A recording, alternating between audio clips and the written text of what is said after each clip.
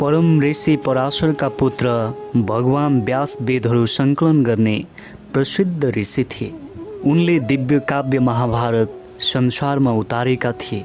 महाभारतका पवित्र कथा संसारलाई थाहा दिने उपायहरू सोचेर उनले सृष्टिकर्ता ब्रह्माजीको आराधना गरे र ब्रह्माजी प्रकट हुनुभयो। व्यासजीले शिर निहुराएर प्रणाम गर्नुभयो र हात जोडी प्रार्थना गर्नुभयो, प्रभु, मैले एउटा अति उत्तम कार्य गर्ने विचार गरेको छु, तर मैले व्यक्त गरेको कुरा लेखिदिने कोही चिताउन सकेन। ब्रह्माजीले व्यासलाई अति प्रशंसा गरी भन्नुभयो, मुनिजी, गणपतिको आराधना गर्नुहोस् र तपाईँ लेखक हुन उहाँसँग प्रार्थना गर्नुहोस्। यति भनेर ब्रह्माजी अन्तर्ध्यान हुनुभयो। त्यसै अनुरूप व्यासजीले गणपतिको ध्यान गर्नुभयो। उहाँ प्रत्यक्ष हुनुभयो। व्यासजीले गणपतिलाई ठुलो सम्मानका साथ सत्कार गरी उहाँको सहायता माग्नुभयो। प्रभु गणपति, म महाभारतका कथा भन्दै जानेछु र प्रसन्न भएर त्यो लेख्दै जानुहुन तपाईँसँग म प्रार्थना गर्दछु। गणपतिले जवाब दिनुभयो, धेरै राम्रो, म तिम्रो इच्छा पुर्याइदिनेछु, तर मैले लेख्दै जाँदा मेरो कलम चाहिँ नथामियोस्। यसर्थ तिमीले कति पनि नअन्कनाई लेखाउनु पर्छ। यस शर्तमा मात्र म लेख्न सक्छु। तर जे होस्, व्यासजीले त्यस शर्तबाट बस्ने गरी मन्जुर गरी भन्नुभयो, त्यसै हो, तर मैले भनेको कुरा लेख्नुभन्दा अघिबाट त्यसको अर्थ बुझिकन मात्र तपाईँले लेख्नु पर्नेछ। गणपतिले मुसुक्क हाँसेर त्यस शर्तलाई स्वीकार्नुभयो। त्यसपछि ऋषिले महाभारतको कथा गाउन थाल्नुभयो। कहिलेकाहीँ उहाँले अप्ठ्यारा श्लोकहरू रच्नुहुन्थ्यो। त्यसको अर्थ बुझ्न गणपतिलाई केही क्षण रोक्नुपर्ने पारिदिनुहुन्थ्यो। भन्दै गएका कुरा गणपतिले लेखेर महाभारत काव्य तयार भयो। त्यति बेला छाप्ने प्रविधि विकास भइ नसकेको हुनाले लेखिएको कुरा वा सिक्ने सिकाउने कुरा पुरानै कण्ठ गर्नुपर्ने बाध्यता थियो। पुस्तकहरू पातमा रुखका बोक्रा, कपडा इत्यादिमा लेखिन्थ्यो भने कति नलेखिएका कुराहरू त्यसै हराए पनि होला। व्यासजीले त्यस बृहत् काव्य सबभन्दा पहिले आफ्ना छोरा शुकमुनिलाई पढाउनु भयो। त्यसपछि अनेकौं चेलाहरूलाई यसको व्याख्या सुनाउनु भयो। भावी सन्तानको लागि यस काव्य लोप नहोस् भन्ने उहाँको मनाशय थियो। महाभारतको कथा देवताहरूलाई नारदले सुनाउनु भएको थियो। गन्धर्व राक्षसहरू यक्षहरूलाई शुकमुनिले पढाउनु भएको थियो। परापूर्व कालदेखि यस्तै मानिएको छ। व्यासका मुख्य शिष्य भएका धर्मात्मा र विद्वान वैशम्पायनले मानव जातिको कल्याण हेतु त्यस महाकाव्यलाई प्रकाशमा ल्याउनु भएको थियो। महान राजा परीक्षितका छोरा जनमेजयले ठुलो यज्ञ गरेका थिए। त्यस यज्ञको बेला जनमेजयको अनुरोधमा वैशम्पायनले त्यस कथा भन्नुभएको थियो। त्यसपछि वैशम्पायनले व्याख्या गर्नुभयो।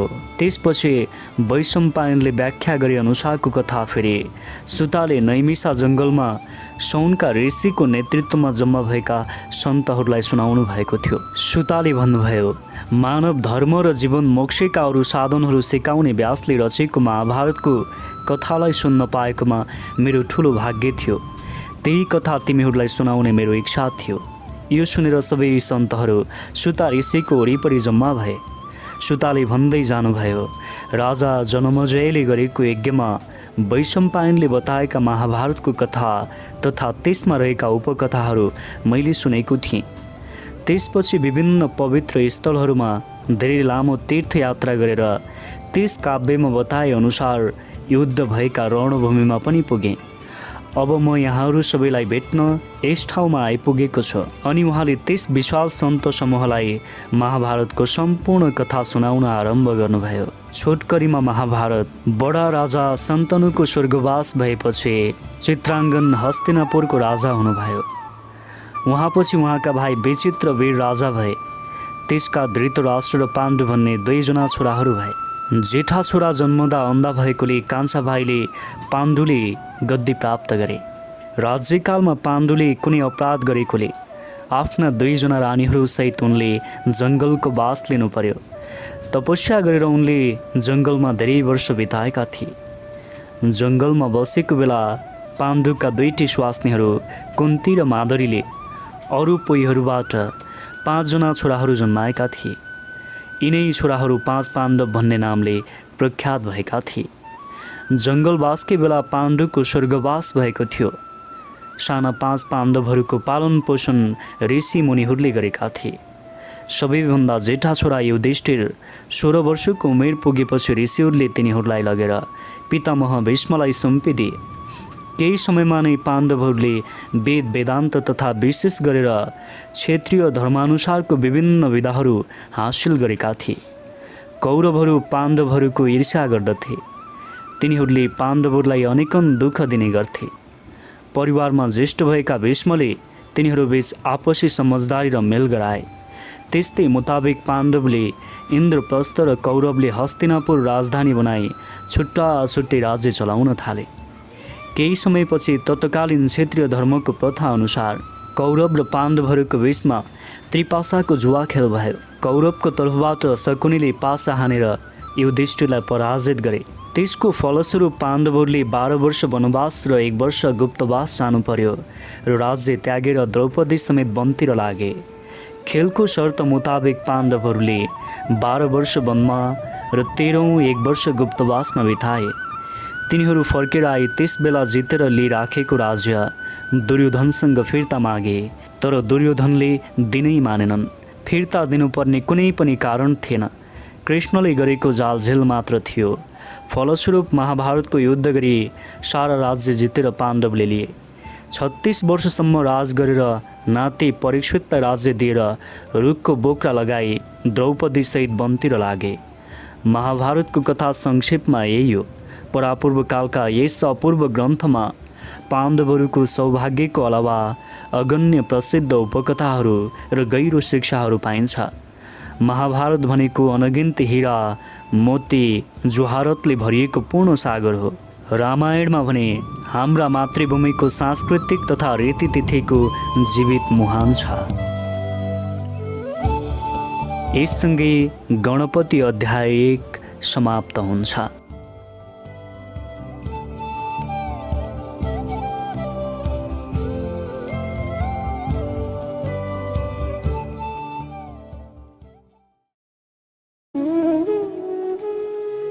तिमी जोसुकै हौ, जरुर मेरो पत्नी हुनुपर्नेछ। मनुष्यको रूपले सामुन्ने उभिन आएकी देवी गङ्गालाई उनको अनुपम मोहले लट्ट भएर बडा राजा शन्तनुले भने। उनको प्रेममा राजा शन्तनुले उत्सुकतापूर्वक राज्य, धन र प्राण समेत सबै कुरा दिने वचन दिए। गङ्गाले जवाब दिए, राजा, म तिम्रो पत्नी हुनेछु, तर कुनै शर्तमा पनि तिमी वा अरू कसैले म को र कहाँबाट आएको भनी सोध्न पाउने छैन। मैले राम्रो नराम्रो जे गरे पनि तिमीले विरोध गर्न पाउने छैनौ। त्यस्तै मदेखि कुनै हालतमा रिसाउन पनि पाउँदैनौ। मलाई मन नपर्ने कुनै पनि कुरा तिमीले बोल्न पाउँदैनौ। यदि तिमीले अन्यथा गर्यौ भने तत्कालै म तिमीलाई छाडी जानेछु। के सहमत छौ? प्रेमातुर राजाले सहमति जनाए। तिनी राजाको पत्नी भएर बसे। तिनको कोमलता, शुभा र अविच्छिन्न मोहले राजा शन्तनुको हृदय पग्लिएको थियो। राजा शन्तनु र गङ्गाले समय गएकै थाहा नहुने गरी पूर्ण सुखी जीवन बिताएका थिए। गङ्गाले धेरै सन्तान जन्माइन्।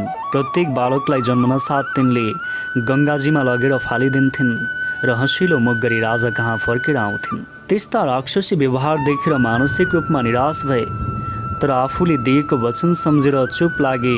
सबै सहेर बस्थे। तिनी को थिइन्? कहाँबाट आएकी? आफैले जन्माएका नाबालकहरूलाई मारे किन बोक्सीको जस्तो व्यवहार गरेकी होली भनेर राजा शन्तनुलाई अचम्म लाग्यो। तर आफ्नो वचनबद्धता र उनीप्रतिको असीम प्रेमले गर्दा राजाले दोषारोपणको यो प्रतिवादको कुनै पनि शब्द निकालेनन्। यसरी तिनीले 7वटा बच्चाहरू मारिसकिन्।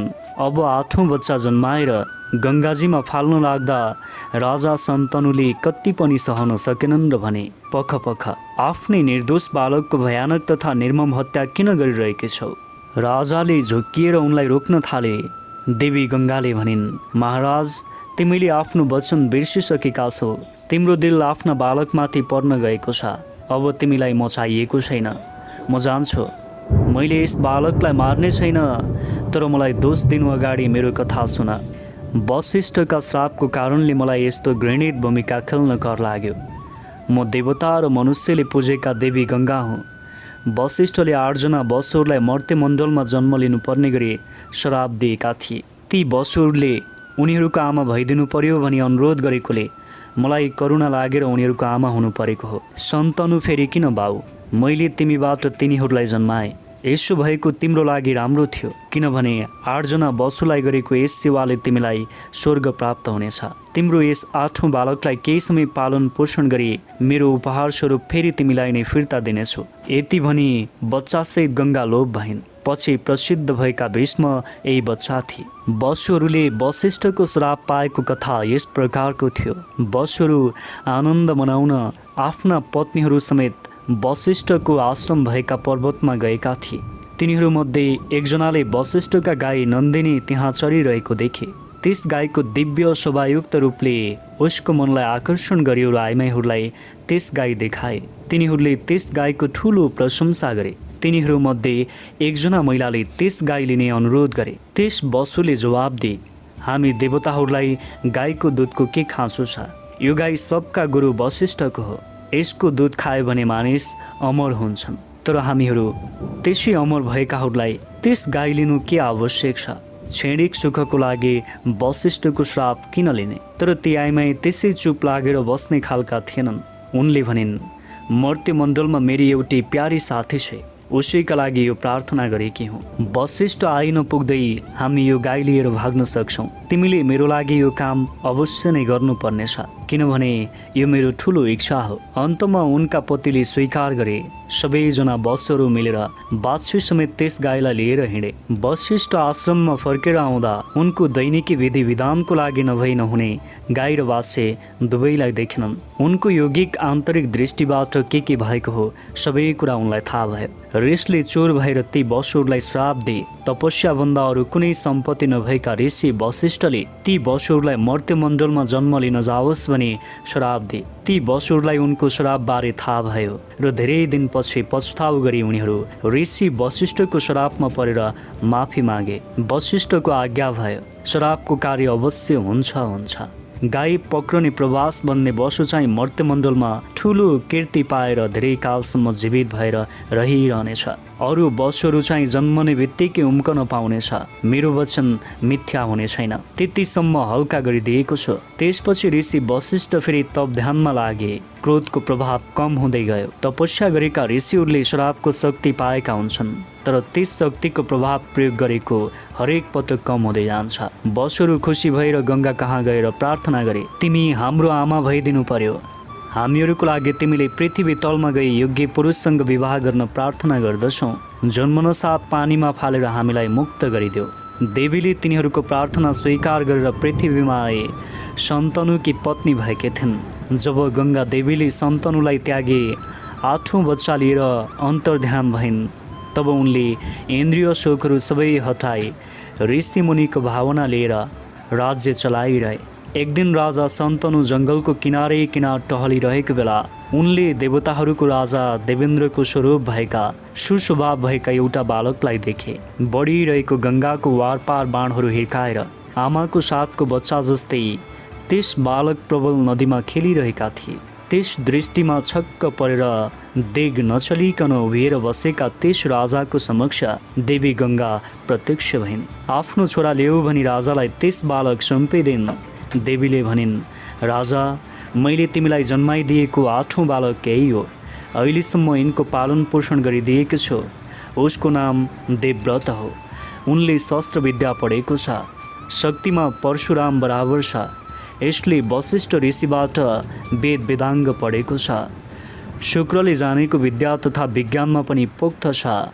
महान धनुर्धारी वीर तथा राजकाजमा निपुण भएका यस बालकलाई आफ्ना साथमा फिर्ता लैजाऊ। त्यस बालकलाई आशीर्वाद दिएर राजालाई त्यस बालक सुम्पिकन देवी गङ्गा त्यहाँबाट अन्तर्ध्यान भइन्।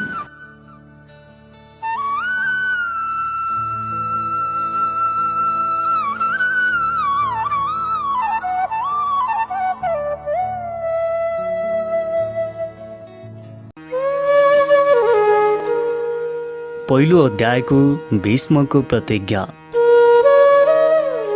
दिलैदेखि खुसी भएर अति चहकिलो जवान त्यस राजकुमार देवव्रतलाई आफ्नो राज्यमा ल्याए। मुख्य उत्तराधिकारी बनाए। युवराज धीराजको अभिषेक गरिदिए। 4 वर्ष बित्यो। एक दिन राजा यमुना नदीको किनारमा टहलिरहेको बेला अति मिठो बास्नाको मन्द हावा आयो। राजाले त्यस बास्नाको तलासी गर्न थाले। एउटी देवी जस्तै देखिएकी मोहिनी रूपकी कन्याबाट त्यो बास्ना आएको भन्ने पत्ता लगाए। उनको शरीरबाट सुवासना आउने गरी उनलाई एउटा ऋषिले वरदान दिएका थिए। त्यही बास्ना जङ्गलभरि व्याप्त भइरहेको थियो।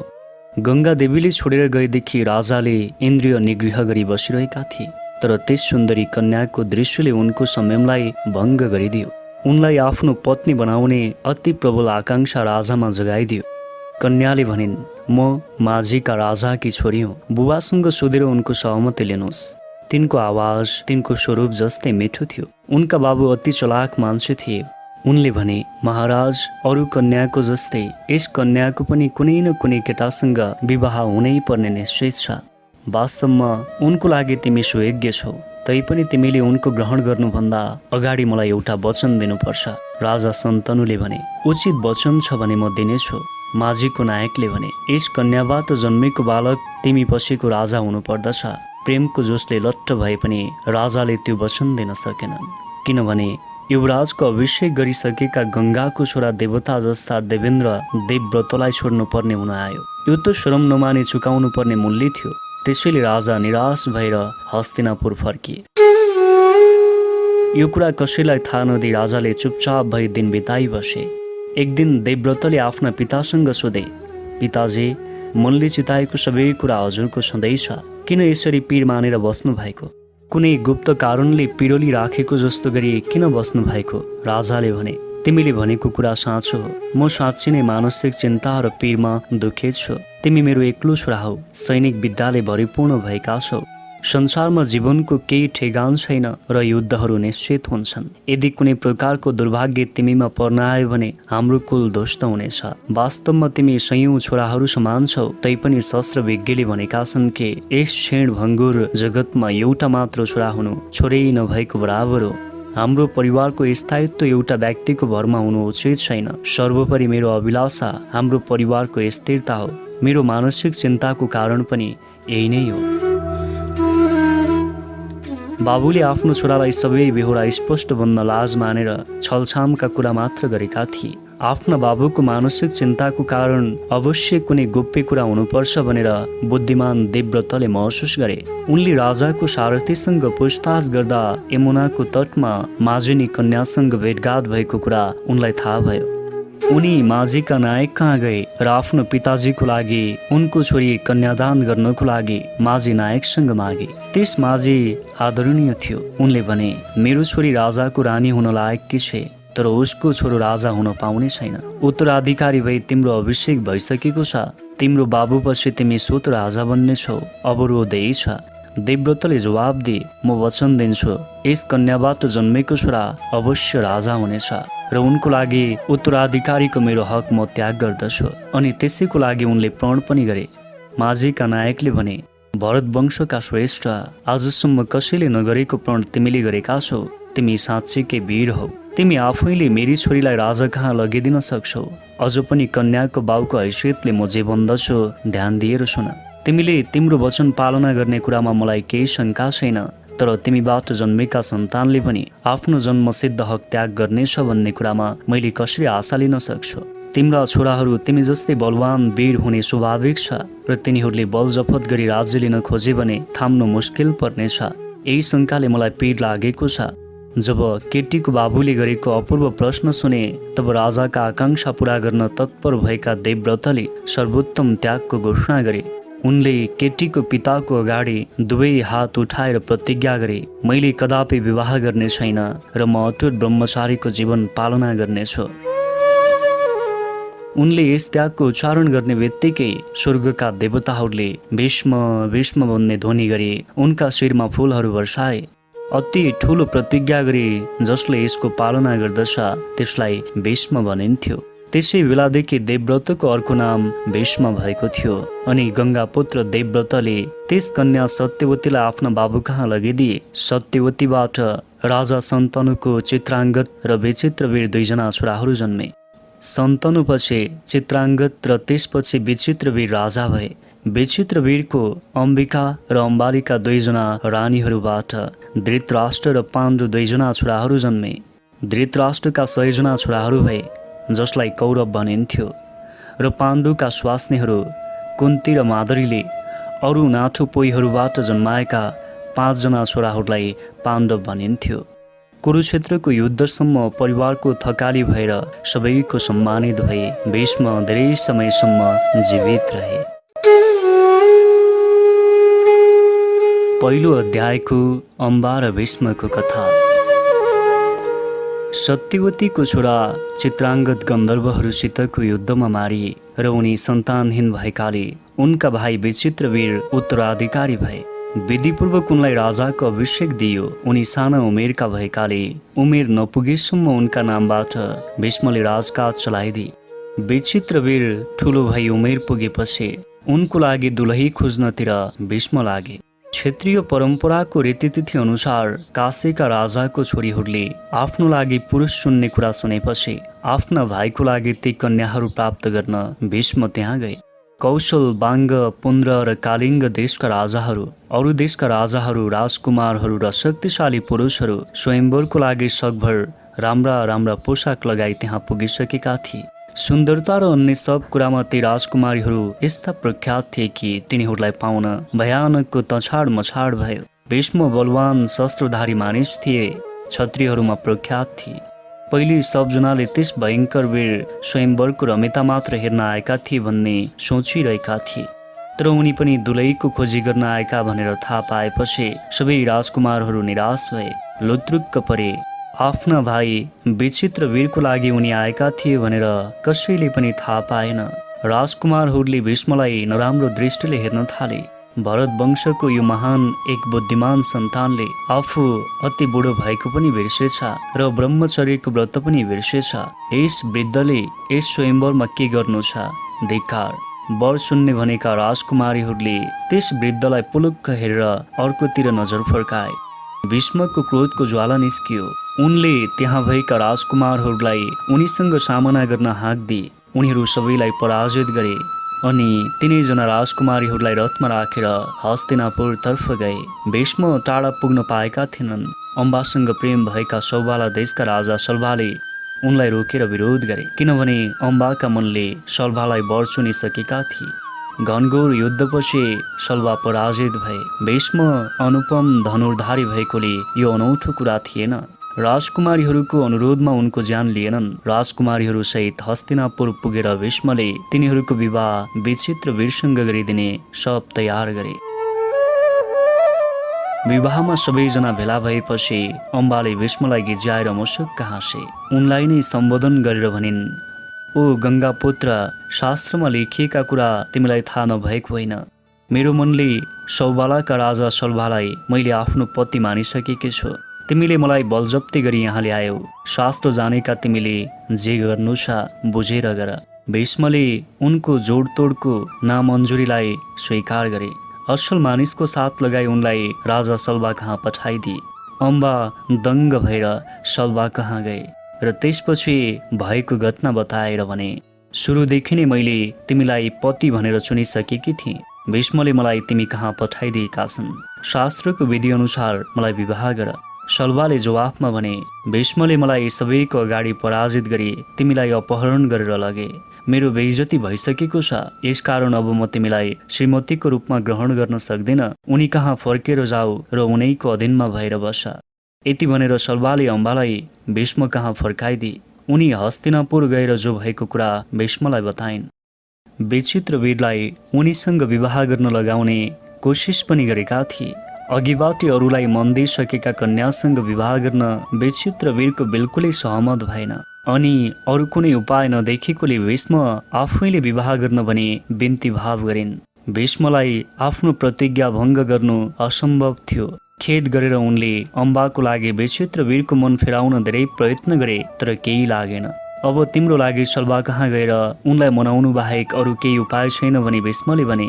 पहिले त त्यसै गर्न खुब कसेर धेरै वर्षसम्म हस्तिनापुरमै बसे। आखिर केही नलागेर उनी सल्भा कहाँ गएर उनी बिल्कुलै नमान्ने भएको देखे। कमल नयनी अम्बाले निराश भए ठुलो कष्टले 6 वर्ष बिताइन्। उनको दिल दुःखले छिया भएको थियो। बिग्रेको जीवनको कारणले उनमा भएका असल गुणहरू सबै भीष्मप्रति भयानक घृणा बन्न पुगे। भीष्मसँग लडेर उनको हत्या गरेर बदला लिएर छोड्ने एउटा मण्डलीको खोजी गरे, तर कोही पनि भेट्टाएनन्। ठुला ठुला लडाकुहरू पनि भीष्मदेखि डराउँथे र कसैले पनि उनको कुरा सुनिदिएनन्। आखिर तिनले सुब्रह्म्य भगवानको आशिष पाउन तपस्या गर्न गइन्। त्यस देवता खुसी भएर उनको सामुन्ने प्रत्यक्ष भए। यो माला लगाउने व्यक्ति भीष्मको शत्रु हुनेछ भने त्यस देवताले सधैँ ताजा रहने कमलको एउटा माला दिए। अम्बाले त्यस माला लगाइन्। त्यस सठमुख भगवानले दिएको पुष्पमाला ग्रहण गर्न र भीष्मसँग मुठभेड गर्न प्रत्येक क्षत्रियसँग बिन्ती भाव गरे। तर कसैले पनि भीष्मलाई शत्रु बनाउने कष्ट उठाउन चाहेनन्। अन्तमा उनी द्रुपद राजा कहाँ गइन्, तर उनले पनि उनको अनुरोध स्वीकार गर्न मानेनन्। अनि त्यस मालालाई द्रुपद राजाको दरबारको ढोकामा झुन्ड्याए उनी जङ्गलतिर गइन्। तिनले जङ्गलमा कुनै ऋषिहरूलाई भेटिन् र उनले आफ्नो दुःखका कुराहरू तिनीहरूलाई सुनाइन्। तिनीहरूले विनम्र भएर परशुराम कहाँ जान सल्लाह दिए। तिनको दुःखको कुरा सुनेर परशुरामलाई उनीप्रति करुणा जाग्यो र भने, प्यारा वत्स, तिमी के चाहन्छौ? यदि तिमीलाई इच्छा भए तिमीसँग विवाह गर भने म सल्भालाई भन्न सक्छु। अम्बाले भने, यो मलाई चाहिँदैन। अहिले मलाई विवाह, घर तथा सुखको अभिलाषा छैन। अब जिन्दगीमा एउटा मात्र कुरा छ, त्यो हो भीष्मसँग बदला लिनु। मैले माग्न खोजेको वर भीष्मको हत्या गर्नु मात्र हो। क्षेत्रीय वंशसँग उनको वैमनस्यता रहिरहेकोबाट र अम्बाको दुःख सन्तापले परशुराम उत्तिकै प्रभावित भएर उनको कारणको लागि भीष्मसित युद्ध गरे। त्यस ठुला दुई शस्त्रधारीहरूको बीचमा धेरै दिनसम्म युद्ध भयो।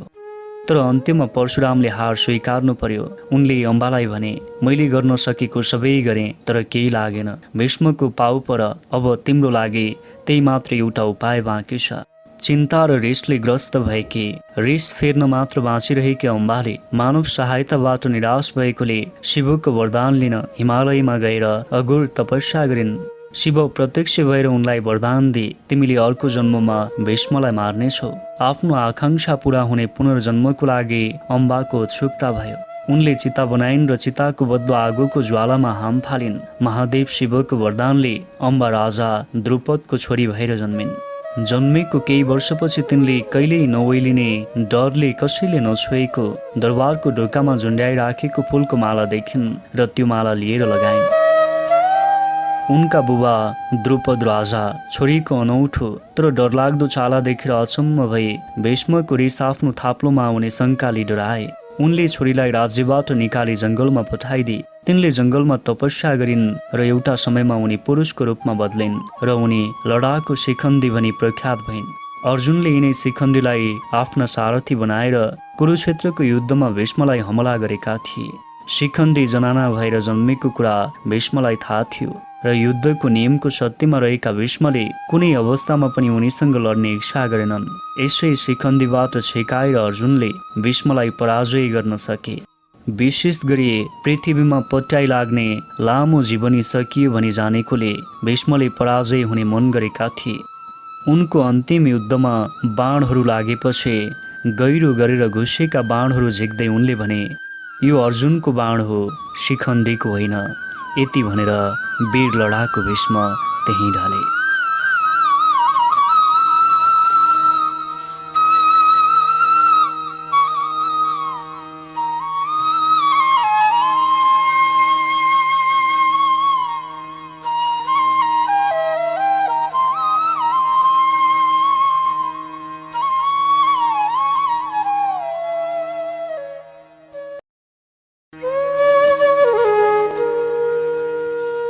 महाभारतको पहिलो अध्यायको 5औं देवयानी र कचको कथा।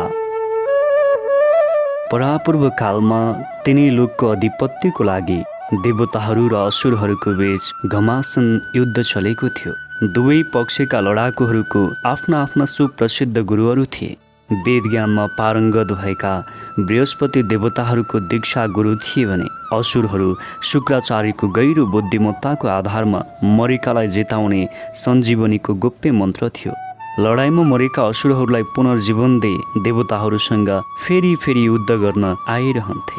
शत्रुहरूसँगको लामो युद्धमा देवताहरूलाई ठुलो विपद भएको स्वाभाविक थियो। देवताहरू बृहस्पतिका छोरा कच कहाँ गएर उनको सहायता मागे। शुक्राचार्यको शरणमा गएर उनका चेला बन्न उनलाई मनाउने योजना गर्न कचसँग देवताहरूले प्रार्थना गरे। एक फेरा घनिष्ठता र विश्वास दिलाएपछि राम्रो वा नराम्रो उपायले सञ्जीवनी विद्या खुस्काउन र देवताहरूले भोगी आइरहेको दुःख कष्टहरू दूर गर्नु उनको काम थियो। कचले उनीहरूको अनुरोध स्वीकारे र असुरहरूको राजा बृहस्पतिको राजधानीमा बसेका शुक्राचार्यलाई भेट्न गए। उनले नम्रभावले प्रणाम गरी उनलाई सम्बोधन गरी भने, म अंगिरस ऋषिको नाते बृहस्पतिको छोरा हुँ। तपाईलाई गुरु मानी ज्ञान सिक्न आएका एउटा ब्रह्मचारी हुँ। नीति यो थियो कि ज्ञानी शिक्षकले आफूसँग ज्ञान सिक्न आएका योग्य शिष्यलाई नामन्जुर गर्नु हुँदैन थियो। यसर्थ शुक्राचार्यले मन्जुर गरेर भने, म तिमीलाई ठुलो इच्छाले शिष्य बनाउन स्वीकार गर्दछु। यसै गरी बृहस्पतिलाई मेरो आदर देखाइरहनेछु। कचले गुरुको घर गृहस्थीमा ठेकिएका कार्यहरू गरेर शुक्राचार्यको धेरै वर्षसम्म सेवा गरे। शुक्राचार्यको देवयानी भन्ने एउटी राम्री छोरी थिइन्। बाबुले उनलाई अति धेरै मन पराउँथे। कच गीत गाएर नाचेर गफ गरी उनको सेवा गरी उनलाई प्रसन्न गर्नतिर लागे र आफ्नो ब्रह्मचार्यको व्रतलाई कुनै किसिमले नडगमगाए उनको माया पाउन सफल भएका थिए। असुरहरूले त्यसको चाल पाउन लागेपछि शुक्राचार्यबाट कुनै किसिमले सञ्जीवनी विद्या खुस्काउने कचको उद्देश्य थियो भने शङ्का लागेर उनीहरूलाई चिन्ता भयो। स्वभावतः आउन सक्ने आपद विपदलाई रोक्न त्यसबाट बच्न चाहे। एक दिन कच गुरुका गाईबस्तुहरू चराउन लागिरहेको बेला असुरहरूले तिनलाई समाते टुक्रा टुक्रा पारी उनको मासु कुकुरलाई खुवाए। गाईबस्तुहरू बिना कच फर्केर आएकोले देवयानीलाई चिन्ता भयो र ठुलो स्वरले बिलौना गरी बाबु कहाँ दौडेर गइन्। तिनले रोएर भनिन्, घाम अस्ताइसक्यो, रात्रिको अग्नि होम भइसक्यो। कच अहिलेसम्म घर फर्केर आएका छैनन्। वस्तुहरू आफै आएका छन्। कसलाई कुनै विपद परेको छ कि उनी बिना म बाँच्न सक्दिन। मन पराउने बाबुले सञ्जीवनी मन्त्र प्रयोग गरेर मृतक नवयुग प्रकट हौ भनी बोलाए। कच तुरुन्तै बाँचेर आए। हाँसी हाँसी गुरुलाई प्रणाम गरे। देवयानीले उनी ढिला भएको कारण सोधिन्। कचले जवाब दिए कि गाई चराइरहेको बेला अचानक असुरहरूले हमला गरी आफूलाई मारिदिएको कुरा बताए। कसरी पुनः जिएर आए उनलाई थाहा भएन, तर फेरि बाँचेर त्यहाँ उपस्थित भए। अर्को कुनै बेला देवयानीको लागि फुल टिप्न कच जङ्गलतिर गएका थिए। फेरि असुरहरूले समातेर उनलाई मारे। उनको मरेको शरीरलाई लेदो बनाएर समुद्रमा फालिदिए। धेरै बेरसम्म पनि उनी फर्किन आएकोले देवयानी पहिले जस्तै गरेर बाबु कहाँ गइन्। बाबुले सञ्जीवनीद्वारा कचलाई फेरि जिउत्याइदिए र के भएको हो कचबाट सबै कुरा सुने। फेरि तेस्रो पटक असुरहरूले कचलाई मारे। खुब विचार गरी उसको मासुलाई पहिले पोले र त्यसको खरानी रक्सीमा मिसाई शुक्राचार्यलाई दिए। शुक्राचार्यले कुनै शङ्का नगरी सो रक्सी पिए। फेरि पनि गोठाला बिना गाईहरू आए। कचप्रति भएको पीरको कुरा लिएर देवयानी फेरि बाबु कहाँ गइन्। शुक्राचार्यले छोरीलाई धैर्य गर्न भने र भन्न थाले, कचलाई बारम्बार जियाइसके तापनि असुरहरू उनलाई मार्नमै व्यस्त भएको देखिन्छ। हेर, काल भनेको सबैलाई आउने नै हो। तिमी जस्ता ज्ञानी व्यक्तिले यस्तो कुरामा शोक गर्नु उचित होइन। जवानी, शोभा तथा संसारका मित्रभाव सबै तिम्रो जिन्दगीमा नै छ। देवयानीले कचलाई दिलैदेखि प्रेम गरेकी थिइन्। संसारको सृष्टि भएदेखि नै दुःखको बिलौना भनेको कहिल्यै निको गर्न सकिएको छैन। देवयानीले भनिन्, अंगिरसको नाते बृहस्पतिको छोरा कच निर्दोष युवक थिए। उनी भक्त थिए र हामीहरूको सेवा गर्न अथक थिए। मैले उनलाई प्रेमपूर्वक धेरै माया गरेकी थिएँ। अब उनी मरेकाले मेरो जिन्दगी उजाड र असह्य भएको छ। त्यसैले अब म उनकै बाटो लाग्छु भन्दै देवयानीले अनसन बस्न थालिन्। छोरीको सुर्ताले दिल दुखेका शुक्राचार्य त्यस असुरदेखि धेरै रिसाएर कचलाई मारेकोमा उनीहरूमा अघोर पाप चर्कैसँग बज्रनेछ भन्ने उनको मनमा लागेकोले सञ्जीवनी मन्त्र पढेर प्रकट हौ भनी कचलाई आह्वान गरे। सञ्जीवनीको प्रभावले शुक्राचार्यको शरीरभित्रको रक्सीमा परेका कचले जीवन पाए यताउता चल्न थाले। तर आफू रहेको ठाउँ बन्द भएकोले बाहिर आउन सकेनन् र त्यहाँबाट आफ्नो नाम मात्र भन्न सके। रेसका साथै गजब मानेर शुक्राचार्यले कराएर भने, ओ ब्रह्मचार्य, तिमी कसरी मेरो पेटभित्र पुग्यौ? के यो पनि असुरहरूकै काम हो? यो त साँच्चै नै नराम्रो कुरा हो। यसले मलाई असुरहरूलाई तुरुन्तै मारेर देवताहरूसँग मिल्न जाने मन गराए। तर सबै कुरा बताऊ। चल्न असजिलो भए पनि सबै कुरा बताए। वैशम्पायनले भने अपूर्व महत्त्व भएका महान आत्मीय तपस्वी शुक्राचार्य रक्सीमा गरेको कैफियतमा रिसाए र मानव हितको लागि बोले। बुद्धिहीन भएर जसले रक्सी खान्छ त्यसलाई धर्मले छोड्छ, उसलाई सबैले हेला गर्छ। मानव वर्गलाई यो मेरो एउटा शिक्षा हो, यसलाई शास्त्रको महान आज्ञा भनी मान्नुपर्नेछ। त्यसपछि छोरी देवयानीतिर फर्केर भने, प्रिय पुत्री, तिम्रो लागि यहाँ एउटा समस्या देखिएको छ। कज बाँच्नलाई मेरो पेट फटाएर निस्कनुपर्छ, त्यसको मतलब मेरो मृत्यु हो। ऊ बाँचेर निस्कन मलाई मर्नुपर्छ। देवयानीले रोएर भनिन्, हरे, दुवैतिरबाट म मर्ने भएँ, किनभने तिमीहरू दुईजनामा कुनै एक नभएमा म पनि बाँच्ने छैन। शुक्राचार्यले त्यस समस्याबाट उम्कने युक्ति सोच्न थाले र त्यसको वास्तविक कुरा उनको मनमा झल्कियो। उनले कसलाई भने, ओ बृहस्पति पुत्र, तिमी जुन उद्देश्य लिएर आएका थियौ त्यसबारे मलाई थाहा भयो। तिमीले त्यो कुरा अवश्य पाउनेछौ। देवयानीको लागि मैले तिमीलाई बचाएर निकाल्नु परेको छ, तर उनको लागि म पनि मर्नु नपर्ने भएको छ। तिमीलाई सञ्जीवनीको विद्या दिनुपर्ने कारण यो भएको छ कि मेरो भुँडी फुटाइ निस्कने बेला म मर्नेछु। म मरेपछि तिमीले मलाई फेरि जियाउन सक्नेछौ। मैले तिमीलाई दिन लागिरहेको विद्या तिमीले प्रयोग गरी मलाई फेरि जियाउनु पर्ने कारण यो छ कि देवयानी, हामी दुवैको लागि सुर्तामा पर्नु नपरोस्। त्यसै अनुरूप कसलाई शुक्राचार्यले सञ्जीवनीको विद्या प्रदान गरे। उत्तिनै खेर बादलबाट पूर्ण चन्द्र निस्के जस्तै शुक्राचार्यको पेट चिरेर कच बाहिर निस्के। शुक्राचार्य झ्याम्म ढलेर मरे। तर कसले भर्खरै मात्र प्राप्त गरेको सञ्जीवनीद्वारा शुक्राचार्यलाई तुरुन्तै जीवित गरिदिए। कसले शुक्राचार्यलाई ढोगेर भने, अज्ञानीलाई ज्ञान दिने गुरु बाबु हो। तपाईँको पेटबाट निस्केकोले तपाईँ मेरो आमा पनि हो। कच शुक्राचार्यको शिष्य भएर धेरै वर्षसम्म बसे। ब्रह्मचार्यको व्रत सकिएकोले देवलोकमा जान उनले गुरुसँग विदा मागे।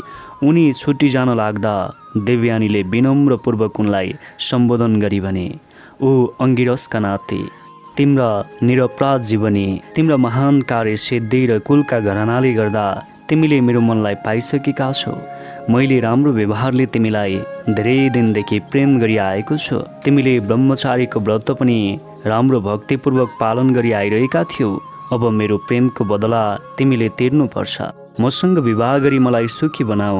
बृहस्पति र तिमी मेरो सम्मानका योग्यका छौ। त्यसबेला आदर साथ खुल्लम खुल्ला आफ्नो मनको कुरा भन्नु बुद्धिमान तथा विद्वान ब्राह्मणीको लागि असाधारणको कुरा थिएन।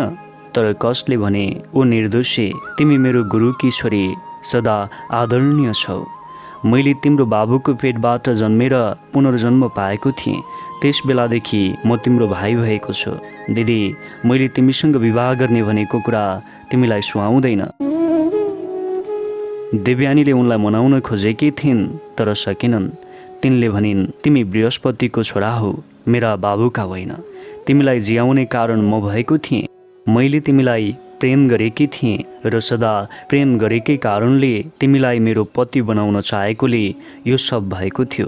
तिम्रो भक्तिमा लागेका म जस्ता निष्पापीलाई छोडी जानु ठिक होइन। कसले भने, अनुचित कुरामा मलाई सम्झाउन नखोजा। तिमी सदाभन्दा अहिले मोहिनी पनि छौ, तर म तिम्रो भाइ हुँ। बिन्ती छ, मलाई विदा देऊ। मेरा गुरु शुक्राचार्यको सदा सर्वदा पूर्ण रूपले सेवा गर्नु। यसपछि बिस्तारै धैर्य गरी कच देवताका राजा इन्द्रको घरतिर प्रस्थान गरे। यससँगै देवयानी र कचको कथा यही समाप्त भएको छ।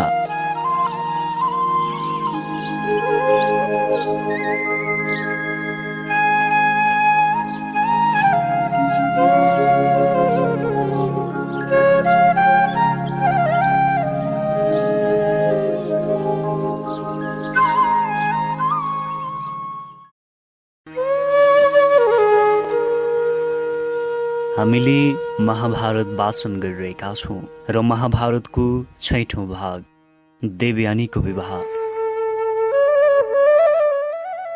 गर्मी मौसममा एक दिन दिउँसो देवयानी र राजा वृषवर्माका छोरी वनमा खेल्दा खेल्दै थाकेर जङ्गलको एउटा तलाउको किनारमा लुगाहरू राखेर चिसो पानीमा नुहाउन गए। हुरी बतासले उडाएर सबै लुगाहरू एकै ठाउँमा थुपारिदिए।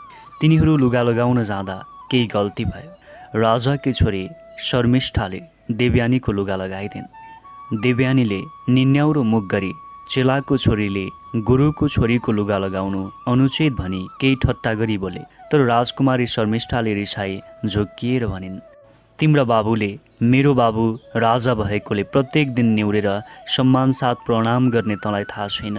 होइन, उल्टो कुरा भनेस्। त मेरा बाबुले दिएको भिक्षामा निर्वाह गर्ने भिक्षुकी छोरी होइनस्? म गौरवपूर्ण दान दिने राजा खानदानकी हुँ भने तिमी भिक्षा मागी खानेका सन्तान भनेर तिमीले बिर्सिसकेका छौ। तिमीले मसित यसरी बोल्नु फुर्ती गरेका छौ। शर्मिष्ठा झन्झन रिसाउँदै गई र झोकले देवयानीलाई थप्पड हानी र गचाटेर देवयानीलाई पानी नभएको सुकेको इनारमा खसालिदिए। असुर कन्याहरूले उनी मरिसके भन्ने ठानेर दरबारमा फर्केर गए। देवयानी इनारमा खसेर मरेकी थिएनन्। ठाडो गाह्रो चढ्न नसकेर ठुलो पीर मानेर बसिरहेकी थिइन्। जङ्गलमा शिकार खेल्दै गरेका भरत वंशका राजा ययाति तिर्खा मेटाउन पानी खोज्दै त्यस ठाउँमा भाग्यले आइपुगे। उनले इनारमा नजर लगाउँदा एउटा चहकिलो वस्तु देखे। गहिरिएर हेर्दा हेर्दै त्यस इनारमा शोभायमानकी एउटी कन्या देखेर उनलाई आश्चर्य लाग्यो। उनले सोधे, चहकिलो मुन्द्री लगाएकी, नङहरू राता भएकी शोभावती कन्या तिमी को हो? इनारमा कसरी खस्यो? देवयानीले जवाब दिन्, म शुक्राचार्यकी छोरी देवयानी हुँ। म इनारमा खसेको उहाँलाई थाहा भएको छैन। मलाई माथि निकालिदेऊ भनेर उनी हात उठाइन्। ययातिले उनलाई माथि निकालिदिए। देवयानीलाई असुर राजाको राजधानीमा फर्केर जाने इच्छा भएन। शर्मिष्ठाको व्यवहार बारम्बार सम्झिआउँदा त्यहाँ गएर भलो हुने छैन भन्ने उनको मनमा लाग्यो। उनले ययातिलाई भनिन्, तपाईँले कन्याको दाहिने हात ग्रहण गरिसक्नु भएको छ। तपाईँले मसँग अवश्य पनि विवाह गर्नुपर्नेछ। मलाई लाग्छ कि तपाईँ हरेक कुरामा मेरो पति हुन योग्य हुनुहुन्छ। ययातिले भने, प्रियतमा, म क्षत्रिय हुँ, तपाईँ ब्राह्मण कन्या, मैले तपाईँसँग कसरी विवाह गर्न सक्छु? सब संसारको आश्चर्य हुन योग्य शुक्राचार्यकी छोरीले म जस्ता क्षत्रियको पत्नी हुन कसरी सहमत हुन सक्छु? आदरणीय कन्या, कृपा गरेर घर फर्क। ययाति आफ्नो देशतिर लागे। परम्परा अनुसार क्षत्रिय कन्याले ब्राह्मणसित विवाह गर्न पाइन्थ्यो, तर ब्राह्मण कन्याले क्षत्रियसँग विवाह गर्नु अनुचित मानिएको थियो। महत्त्वपूर्ण कुरा यो थियो कि स्त्रीको जातीय गौरवलाई तल्लो मानिएको जात हुन नदिनु थियो। जुन जातसँग विवाह हुन्छ, केटीको जात त्यही हुन्छ। ठुला जात मानिएकासँग विवाह गर्ने प्रथालाई अनुलोमा र सानो जातसँग विवाह गर्ने प्रथालाई प्रतिलोमा भनिन्थ्यो। अनुलोमालाई कानुनी मान्यता थियो र प्रतिलोमालाई मनाही थियो। देवयानीको घर फर्कने मन भएन। जङ्गलमा एउटा रुखमुनि शोकग्रस्त भएर बसिरहन्। साथीहरूसँग खेल्न गएकी प्राणभन्दा प्यारी छोरी देवयानी फर्केर आउलान् भनी धेरै बेरसम्म कुर्दा पनि नआएकीले उनको खोजी गर्न शुक्राचार्यले एकजना आइमाईलाई पठाए। धेरै बेर खोज तलास गरिसकेपछि आखिरमा उनले देवयानीलाई एउटा रुखमुनि झोक्रिएर बसिरहेको देखिन्। रिस र शोकले देवयानीका आँखाहरू राता भएका थिए। त्यस आइमाईले के भएको भनी देवयानीलाई सोधिन्। देवयानीले भनिन्, साथी, तुरुन्त गएर मेरो बुबालाई भन कि अब मैले वृषवर्माको राज्यमा पाइला हाल्ने छैन। त्यस आइमाई फर्केर गइन्। छोरीको शोकपूर्ण दुर्दशा सुनेर शुक्राचार्य अति दुखी मानेर छोरी भएको ठाउँमा पुगे। माया गरेर छोरीलाई शुक्राचार्यले भने, मानिसहरू सुखी दुखी हुनु आफ्नै कर्मले हो। अर्काको धर्म वा पापले हामीलाई केही प्रभाव पार्ने छैन। यस्ता ज्ञानका कुराले देवयानीलाई सम्झाउन खोजे। देवयानीले सुख र दुःखले जवाब दिन्, बुबा, मेरो आफ्नै वास्तविक गुण वा अवगुणहरू छोडिदिनुहोस्, तर मलाई यो भन्नुहोस् कि तपाईँ राजाको गुण गाएर हिँड्ने एउटा गायक मात्र त हो। वृषवर्माको छोरीले भनेको बेला कि उनी ठिक थिइन्। मागी ल्याएको भिक्षामा निर्वाह गरी आएका एउटा भिक्षुको छोरी पनि तिनले मलाई भनेकी थिए। यस्ता घमण्डी निर्दयी वचनले नपुगे गाला चर्काएर नजिकको खाल्टोमा गचाटेर खसालिदिन्। उनका बाबुको राज्यभित्र कुनै पनि जग्गामा म बस्न सक्दिनँ। यति भनी देवयानी रुन थालिन्। शुक्राचार्यले गौरवपूर्ण भएर आफ्नो वैभवताले भने, तिमी दरबारिया गाइनेकी छोरी होइनौ। तिम्रो बुबा चाप्लुसी गरेर मागेर ल्याएको भिक्षामा निर्वाह गर्ने म गन्त्य होइन। संसारले पुजेका आदरणीय व्यक्तिको छोरी हौ, यो कुरा देवराज इन्द्रलाई पनि थाहा छ। वृषपर्वालाई आफू मेरो ऋणी भएको कुरा थाहा नभएको पनि होइन, तर कुनै पनि योग्य व्यक्तिले आफ्नो गुणगान गर्दैन। म आफ्नो बारेमा धेरै कुरा गर्दिन। उठ तिमी, आफ्नो कुलको समृद्धि गर्ने नारीहरूमा अनुपम रत्न हौ, धैर्य गर, घर जाउँ।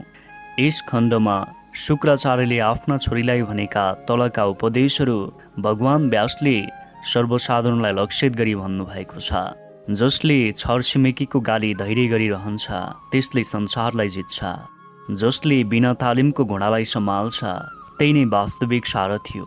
लगाम समातेर घोडालाई जता मन लाग्यो त्यता जान दिने चाहिँ होइन भने जस्तै जसले आफ्नो रिसलाई नियन्त्रण गर्छ, आफ्नो रिसलाई सर्पले काँचुली फेर्दा जस्तै झारेर पठाउन सक्ने नै वास्तविक रूपमा वीर हो। अरूहरूले दिएको धेरै दुःख भए पनि विचलित नहुनुले नै आफ्नो लक्ष्यलाई राम्ररी बुझ्छ। जो कहिल्यै पनि रिसाउँदैन ऊ सयौं वर्षसम्म शास्त्र बमोजिम यज्ञ यज्ञदी गर्नेहरूभन्दा महान हुन्छ। जो रिसाउँछ उसलाई नोकर चाकर स्वास्ने साथीभाइहरू, छोराछोरीहरू, धर्म, सत्य, इज्जत इत्यादि सबैले नै त्यागिदिन्छ। अल्लारे केटाकेटीहरूको कुरामा बुद्धिमान मानिसले ध्यान दिँदैन।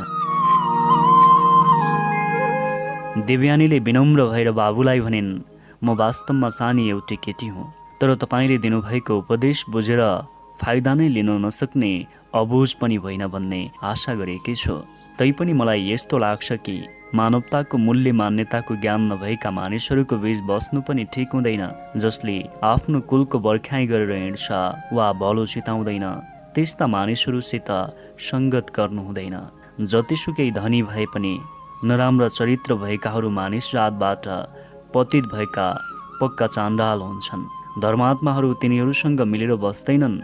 वृषपर्वाका छोरीहरूको व्यङ्ग्यात्मक कुराहरूको कारणले उत्पन्न भएको रिसले मेरो मन जलेको छ। हात हतियारले लागेको चोटपटक समयले निको पारिदिन्छ।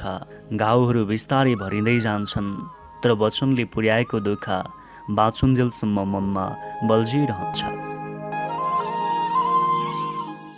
शुक्राचार्य वृषवर्मा कहाँ गएर गम्भीर नजर गरी भने, महाराज, कसैको पापले तुरुन्त सजाय भोग्न दिन नसके पनि अघि या पछि तिनीहरूले समृद्धिको जरैदेखि नाश गर्ने हुन्छ। बृहस्पतिका छोरा कच ब्रह्मचारी थिए। उनले इन्द्रिय संयम गरी पाप भनेको कुनै कहिल्यै गरेनन्। उनले भक्तिपूर्वक मेरो सेवा गरे, धर्मको बाटो कहिल्यै छोडेनन्। तिम्रा असुरहरूले उसलाई मार्न खोजेका थिए, मैले सबै सहे। ठुलो इज्जतमा बसेका मेरो छोरीले तिम्रो छोरीको अनादरको वचन सुन्नु पर्यो। त्यति मात्र होइन, तिम्रा छोरीले उनलाई घचेटी गहिरो खाल्डोमा खसालिदिन्। अब उनी तिम्रो राज्यमा बस्न सक्दैनन्। उनी बिना म पनि यहाँ बस्न सक्दिन। यसैले म तिम्रो राज्यदेखि टाढो जान लागिरहेको छु। यस्ता कुराहरू सुनेर राजा वृषपर्वा ज्यादै दुखित भएर भने, मेरो थाप्लोमा लगाएको दोषहरू मलाई थाहा छैन। यदि तपाईँ मलाई छोडेर जानुभयो भने म आगोमा हाम फालेर मर्नेछु। शुक्राचार्यले भने, तिमी र तिम्रा असुरहरूको कल्याणको भन्दा म मेरो छोरीको सुखको धेरै परवाह गर्दछु, किनभने तिनी मेरो प्राणभन्दा प्यारो भएको एउटा कुरा मात्र मसँग छ। यदि तिमीले उनीसँग कुरा गरेर शान्त गर्न सक्छौ भने ठिक छ र राम्रो हो, नत्र म जान्छु। वृषपर्वा र उनका नोकर चाकरहरू देवयानी बसेको रुखमा गए र बिन्ती भाव गरी उनको पाउ परे। देवयानीले जिद्दी कसेर भनिन्, मलाई भिकारीको छोरी भन्ने शर्मिष्ठाले मेरो बाबुले मलाई विवाह गरिदिएको घरमा मेरो नकर्ने भई मेरो सुसार गर्नुपर्नेछ। वृषपर्वाले मान्छे पठाएर आफ्ना छोरीलाई लिन पठाए।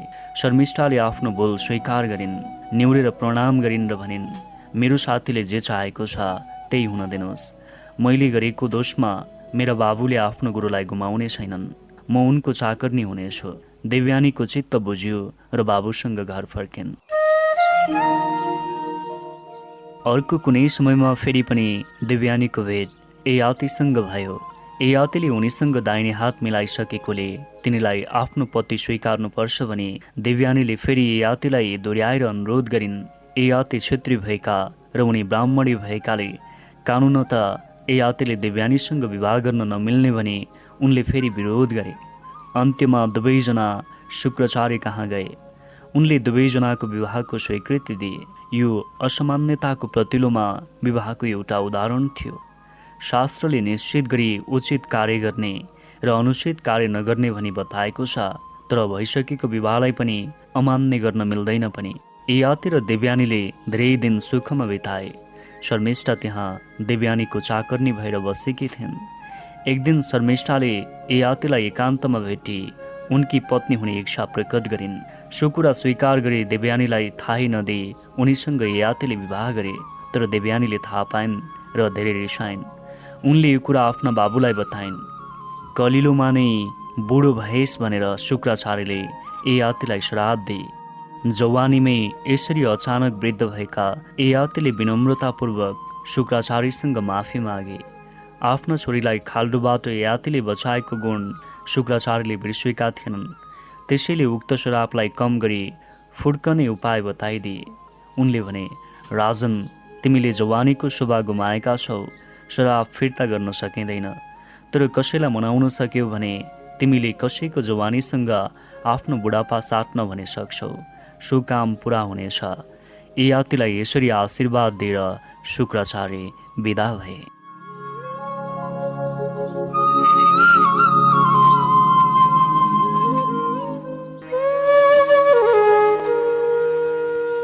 महाभारतको 7औं भाग ययाति।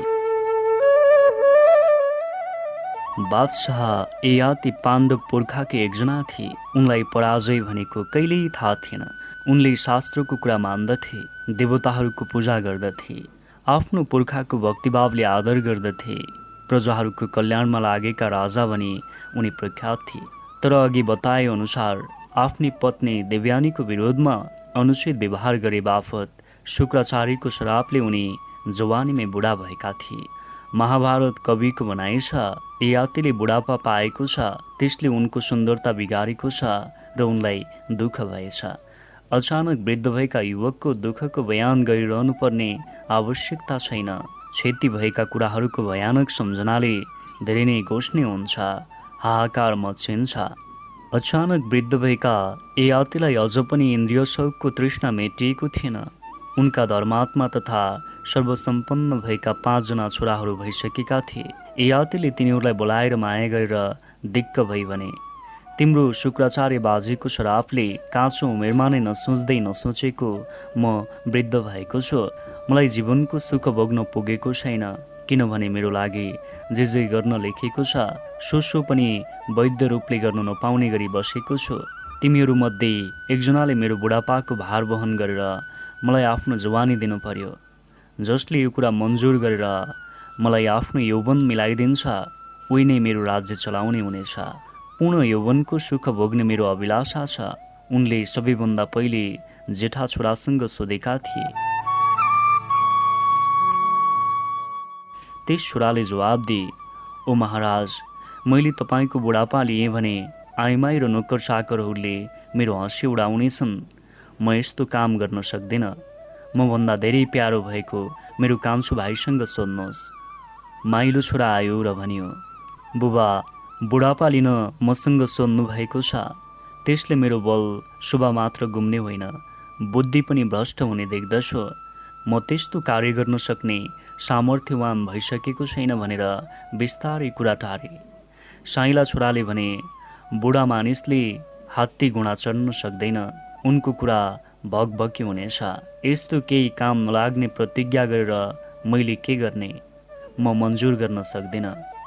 3 जना छोराहरूले आफूले चाहेको काम गर्न नचाहेकोले राजा रिसाएर निराश भए। तर 4थो छोराबाट राम्रो होला कि भन्ने आशा लिएर उनीसँग सोधे, तिमीले मेरो बुढापा लिनु पर्यो। यदि तिमीले मेरो बुढापासँग तिम्रो यौवन साटेर मलाई दियो भने केही समयपछि त्यो यौवन तिमीलाई नै फिर्ता दिनेछु र श्राप लागेको बुढापा फेरि मैले नै लिनेछु। 4थो छोराले पनि यो कुरा कुनै हालतमा पनि गर्न नसकिने भनी माफी मागे। बुढो मानिसले आफ्नै शरीर पनि सफा सुग्घर गर्न पनि अर्काको सहायताको आवश्यकता पर्दछ। सबभन्दा दुःखको कुरा यही हो। बुबालाई जति माया गरे पनि यो काम गर्न सकिँदैन। 4 जना छोराहरूले नमानेकोले राजा ययातिलाई दुःख लाग्यो। अझ पनि निराशमा आशावादी भएर उनका इरादामा आजसम्म कहिल्यै पनि विरोध नगर्ने भएका कान्छो छोरासँग सोधे, तिमीले मलाई बाँच्न दिनुपर्छ। शुक्राचार्यको अभिशाप लागेर भएको यो बुढापा, यसबाट भएका चाउरीहरू, कमजोरी तथा फुलेका कपालदेखि म दुखी छु। यो हेर्न गाह्रो लागेको छ। यदि तिमीले म कमजोरी भएका कुराहरू केही समयको लागि लियौ भने अरू केही समयको लागि जिन्दगीको सुख भोग्नेछु र पछि तिम्रो जुवानी तिमीलाई नै फिर्ता गरिदिनेछु र बुढापा मैले नै लिनेछु। तिम्रा दाजुहरूले जस्तै बिन्ती तिमीले अस्वीकार नगर, म तिम्रो प्रार्थना गर्दछु। वात्सल्य प्रेमले प्रभावित भएका कान्छो छोरा पुरुले भने, बुबा म खुसी साथ तपाईँलाई मेरो जुवानी दिएर बुढापा लिनेछु। दुःखहरू र राज्यका चिन्ताहरू छुटाउनेछु।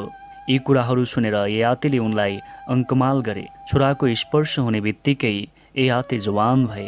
बाबुको बुढापा ग्रहण गरेर पुरुले राज्य चलाएर ठुलो नाम कमाए। ययातिले धेरै समयसम्म सुख भोगेर पनि चित्त नबुझे। पछिबाट कुबेरको बाग बगैँचामा गएर अप्सराहरूसँग लागेर धेरै वर्ष बिताए। मोज मजा गरेर धेरै समय बिताएपछि उनमा सत्कुराको प्रकाश भयो। पुरु कहाँ गएर भने, प्रिय पुत्र, आगोमा घिउ जति खन्याए पनि नपुगे जस्तै मोज मजाले इन्द्रिय अभिलाषा कहिल्यै पनि नमेटिने रहेछ। मैले यस्ता कुरा सुनेको पनि थिएँ, तर अहिलेसम्म महसुस गरेको थिएन। अन्नपात, सुन, गाईबस्तु तथा स्त्रीहरू कुनैले पनि मानिसहरूको इच्छा पूर्ण गर्न सक्दैन। मन पर्ने नपर्ने कुराहरूलाई छोडेर बुद्धिमत्तापूर्ण गरेको कामले मात्र मनको शान्ति पाउन सकिन्छ।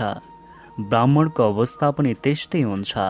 तिम्रो जवानी फिर्ता ल्याऊ र बुद्धि पुर्याएर राम्ररी राज्य गर।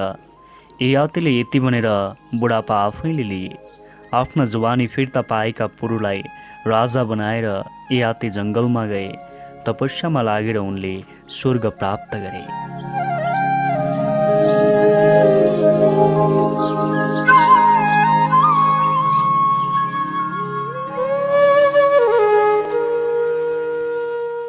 महाभारतको पहिलो अध्यायको 8औं भाग विदुर।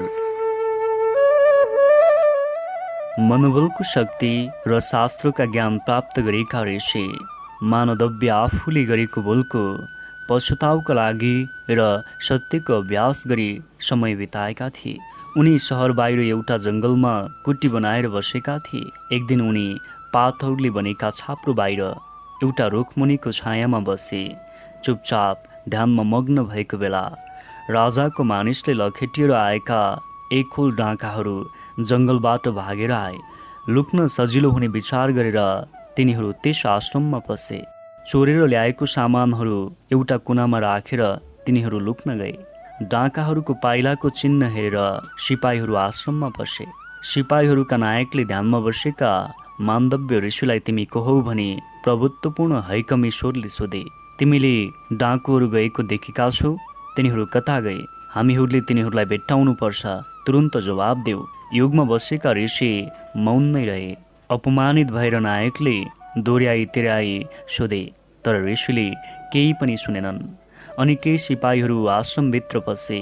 त्यहाँ रहेका चोरीका केही सामग्रीहरू भेट्टाए। सो कुरा नायकलाई जाहेर गरे। सबैजना भित्र गए। लुकिरहेका डाँकाहरूलाई पनि देखे। नायकले विचार गरे, यस ब्राह्मणले मौन धारण गरेका ऋषिको बहाना गरेको अब मैले बल्ल बुझेँ।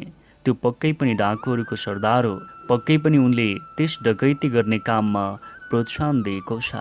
अनि त्यस ठाउँमा पहरा गर्ने सिपाहीहरू राखी उनी राजा कहाँ गए। चोरीको सामानसहित मान्दव्य ऋषिलाई पक्रिएको कुरा जाहेर गरे। संसारलाई ठग्ने ब्राह्मण ऋषिको वेश गरेका त्यस डाँकाका नायकको दुस्साहसी कार्य सुनेर राजा धेरै रिसाए। राजाले तथ्य कुराको तैकात नगरी आफैले चिताए जस्तै दोषी ठहर्याएर दुष्ट अपराधीको संज्ञा दिएर ऋषिलाई सुलीमा हाल्ने हुकुम दिए। सिपाहीका नायक जङ्गलमा गए। मान्दव्यलाई सुलीमा हाले र चोरीका सामान राजालाई सुम्पिदिए। सुलीमा हाले पनि योगी ऋषिको प्राण गएन। सुलीमा हालेको बेला उनी युगमा बसेकोले युगको प्रभावले गर्दा उनी जीवितै रहे। जङ्गलको अर्को ठाउँमा बसेका ऋषिहरू त्यस आश्रममा आए। त्यस्तो भयङ्कर अवस्था कसरी भयो भनेर मान्दव्यसँग सोधे। मान्दव्यले जवाब दिए, कसलाई दोष दिने? संसारलाई रक्षा गर्ने भएका राजाले सिपाहीहरूबाट यो सजाय गर्न लगाए। सुलीमा परेका मान्दव्य ऋषि बाँचेकै थिए। उनलाई अरू ऋषिहरूले घेरेर बसेका छन् भन्ने कुरा सुनेपछि राजा आश्चर्य मानेर डराएका थिए। उनी हडबड्याएर जङ्गलमा गए। तुरुन्तै ऋषिलाई सुलीबाट निकाल्न लगाए अनि ऋषिको पाउमा घोप्टो परेर अन्जाममा हुन गएको अपराधको लागि माफी होस् भनेर प्रार्थना गरे। राजासँग मान्दव्य ऋषि रिसाएका थिए। गद्दीमा बसेका न्यायकर्ता धर्मराज कहाँ उनी सिधा गएर सोधे, यस्तो दुःख पाउने अपराध मैले के गरेको थिएँ? ऋषिको महान शक्ति जानेका धर्मराजले विनम्र भएर जवाब दिए, ओ ऋषि, तिमीले चराहरू र माउरीहरूलाई दुःख दिएका थियौ। जतिसुकै लामो भए पनि राम्रो र नराम्रो सबै कर्मले राम्रा नराम्रा फल अवश्य दिन्छ भन्ने कुरा के तिमीलाई थाहा छैन र? धर्मराजको कुरा सुनेर मान्दव्यलाई आश्चर्य लाग्यो र सोधे, मैले यो पाप कहिले गरेको थिएँ? धर्मराजले जवाब दिए, तिमी बालक भएको बेला। अनि मान्दव्यले धर्मराजलाई श्राप दिए, तिमीले दिएको यो सजाय बालकले अन्जाममा गरेको भुलको लागि अति नै धेरै भएको छ। त्यसैले तिमीलाई मर्त्यमण्डलमा मानिस भएर जन्मन परोस्। मान्दव्य ऋषिबाट पाएको श्रापको कारण विचित्र वीरकी पत्नी अम्बालिकाको चाकर्नीको गर्भबाट विदुर भएर धर्मराजले जन्म लिएका थिए। यस कथाको आशय विदुर धर्मावतार थिए भन्ने हो। यसको मतलब युधिष्ठिर विदुरको छोरा भए। संसारका ठुला ठुला मानिसहरूले विदुरलाई धर्मशास्त्र तथा राजनीतिको ज्ञानमा अद्वितीय र ऋषराग भनेको बिल्कुलै नभएको महात्मा जस्तो मान्दथे। उनलाई सानै उमेरमा भीष्मले राजा धृतराष्ट्रको मुख्य सल्लाहकार नियुक्त गरिदिएका थिए। व्यासको बनाइसके धर्म र ज्ञानमा विदुरको बराबर तिनै लोकमा कुनै पनि हुन सकेको थिएन। पासा खेल्ने अनुमति दिएकै बेला राजा धृतराष्ट्रको पाउमा परि गम्भीरपूर्वक विरोध गरेर भने, महाराज, मालिक, यस कुरामा मेरो सहमति हुन सक्दैन। परिणामस्वरूप पाण्डव र कौरवहरू बीच झगडा सुरु हुनेछ। कृपया जुवा खेल्न नदिनुहोस्। धृतराष्ट्रले पनि खेल हुन नदिन धेरै कोसिस गरेका थिए। उनले दुष्ट छोरा दुर्योधनलाई भनेका थिए, यो खेल गर्नमा नलाग, विदुरले मन पराउँदैन। प्रबल बुद्धि भएका ज्ञानी विदुर सधैँ हाम्रो कल्याणमा लागेको छ। उनले भनेका छन् कि यस खेलले हामी र हाम्रो राज्यलाई सर्वनाश गर्ने भयङ्कर डरलाग्दो वातावरण फैलाउनेछ। तर दुर्योधनले त्यो कुरा सुनेन। छोराको प्रेमले गर्दा धृतराष्ट्रले राम्रो विचारलाई छोडी खेलको निमित्त युधिष्ठिरलाई निश्चित निम्तो पठाइदिए।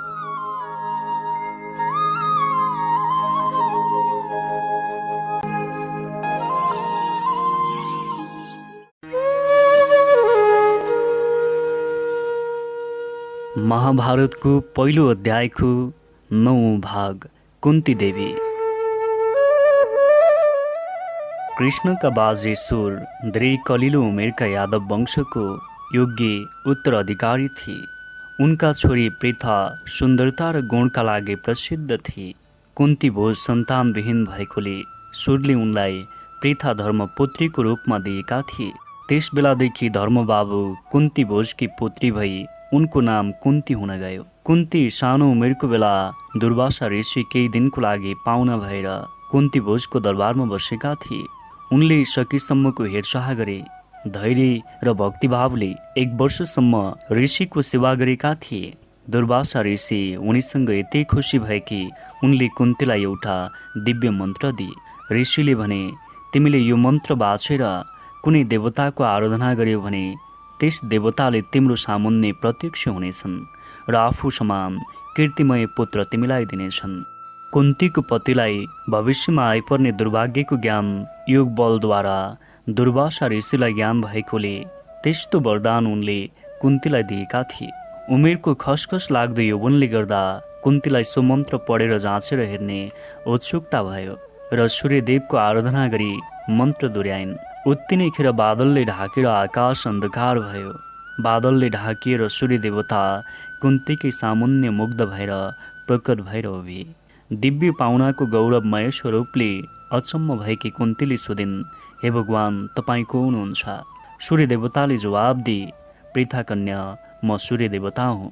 तिमीले पढेका छोरा पाउने मन्त्रको प्रभावले मलाई खेसुले आएको छ। जिल्ल परेर कुन्तीले भनिन्, म बाबुको भरोसा लिई बसेकी एउटी कन्या केटी हुँ।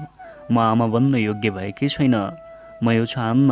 मैले दुर्वासा ऋषिले दिएको मन्त्रको परीक्षण मात्र गर्न चाहेकी थिएँ। मेरो यो बालकपनाको मूर्खाइलाई माफ गरी फर्केर जानुहोस्। तर मन्त्रले प्रभाव पारिसकेकोले सूर्यदेव त्यसै फर्केर जान सकेनन्।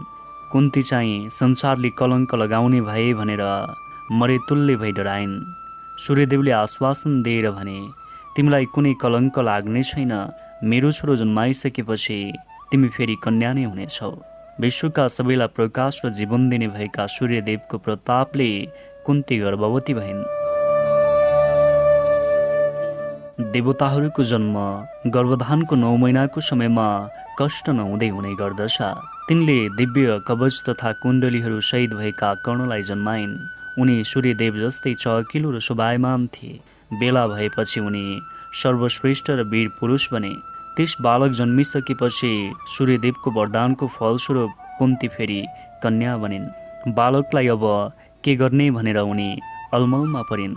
दोष लुकाउन बालकलाई उनले एउटा बाकसमा धन सम्पत्ति सहित राखी नदीमा बगाइदिन्।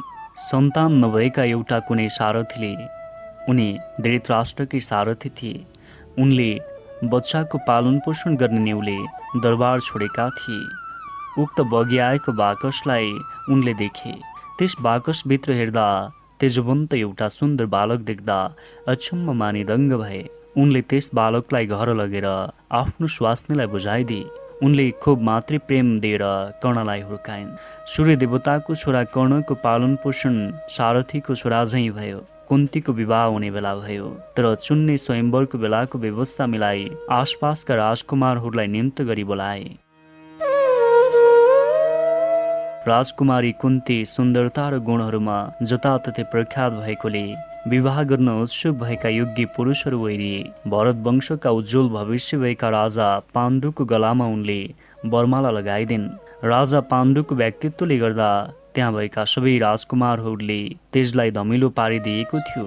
विधियुक्त विवाह सम्पन्न भयो। आफ्नी पत्नी कुन्ती सहित राजा पाण्डु हस्तिनापुर फर्के। भीष्मको सल्लाहले व्यापक रीतिथिति अनुसार पाण्डुले माद्र राजाको बहिनी माद्रीलाई दोस्रो पत्नीको रूपमा विवाह गरे। पहिले इन्द्रिय शोकको लागि मात्र होइन, सन्तानको लागि राजाले 2 वा 3 जना स्वास्नी विवाह गर्दथे।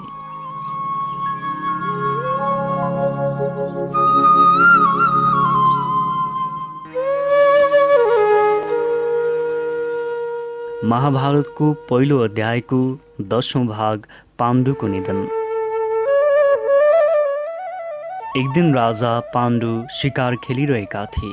एउटा ऋषि आफ्नी पत्नीसित मृगको रूप धारण गरेर वन क्रीडा गरिरहेका थिए। भेष बदलेका ऋषि भनी थाहा नपाएर राजा पाण्डुले भाले मृगलाई बाण हाने। मर्न लागेका ऋषिले यसरी श्राप दिए, पापिष्ट, स्त्रीसँग सम्भोगको आनन्द लिने बेला तिम्रो मृत्यु हुनेछ। पाण्डु यस श्रापबाट विचलित भएर राजपाट सबै भीष्म र विदुरलाई सुम्पे रानीहरूसँग वनतिर प्रस्थान गरे। तिनीहरू त्यहाँ पूर्ण त्यागी भएर बसे। ऋषिका श्रापले सन्तान नहुने भएका पाण्डुलाई सन्तानको रहर भएको बुझेर कुन्तीले दुर्वासा आशिषबाट पाएको मन्त्रको वर्णन राजालाई विश्वास दिलाई भनिन्। राजाले कुन्ती र माधुरीलाई त्यस मन्त्रको प्रयोग गर्ने अनुमति दिए। सो मन्त्रद्वारा कुन्ती र माधुरीको गरी देवताहरूबाट 5 जना पाण्डवहरू जन्मेका थिए। पाण्डवहरू जङ्गलमा ऋषि मुनिहरूको साथ सङ्गतमा पालन पोषण भई हुर्के। पाण्डुले आफ्ना रानीहरू बालबच्चाहरूको साथमा धेरै वर्ष जङ्गलमा बिताए। वसन्त ऋतुको समय थियो। एक दिन राम्रा राम्रा फुलहरू, लहराहरू, चराचुरुङ्गीहरू र जीवजन्तुहरूको माझ भएर आफ्नो जीवनको सुखमय समयमा सबै दुःखहरू बिर्सिए। माधुरीले विरोध गर्दा गर्दै पनि ऋतुको प्रबल प्रभावले पाण्डुको दृढता भङ्ग भयो। ऋषिको श्रापको प्रभावले पाण्डु तुरुन्तै ढलेर मरे। माधुरीले पाण्डुको निधनको दुःख सहनै सकेनन्। उनको निधनको कारण आफैलाई ठानेर सबैजना टुहुरा छोराहरू कुन्तीको जिम्मा गरी उनी पनि पतिकै चितामा सँगै सती गइन्। जङ्गलका ऋषिहरूले शोक सन्तप्त कुन्ती र पाण्डवहरूलाई हस्तिनापुर लगी भीष्मको जिम्मामा बुझाइदिए। त्यसबेला युधिष्ठिर भर्खर 16 वर्ष पुगेका थिए। जब ऋषिहरू हस्तिनापुर आएर पाण्डुको निधनबारे बताए तब सारा देश दुःखमा डुबे। विदुर, भीष्म, धृतराष्ट्र र सबैले गर्नुपर्ने क्रियाक्रम गरे। राज्यका सबैले आफ्नै क्षति भएको मानेर अफसोस गरे। व्यासले आफ्ना पूजनीय माता सत्यवती कहाँ गएर भने, जीवनको पूर्वार्ध सुखले बितेको छ, तर उत्तरार्ध धेरै दुःखमय हुनेछ। संसार एउटा सुखमय सपना जस्तै भएर बितेको छ। अब यस संसार भ्रम, पाप, दुःख, कष्टमा फसिरहेको छ। समय बिग्रिँदै आएको छ। यस वंशमा हुन आउने दुर्भाग्य र दुःखहरू हेरेर बस्नु तपाईँलाई आवश्यक छैन। देश छोडेर जङ्गलको एउटा कुटीमा बाँकी दिन बिताउनुहोस्, तपाईँको लागि राम्रो हुनेछ। सत्यवतीले मन्जुर गरिन्। उनी अम्बा र अम्बालिकालाई साथमा लिएर जङ्गलमा गइन्। ती तिनैजना वृद्ध रानीहरूले पवित्र तपस्या गरी स्वर्ग प्राप्त गरे। आफ्ना बालबच्चाहरूको दुःख हेर्नु परेन।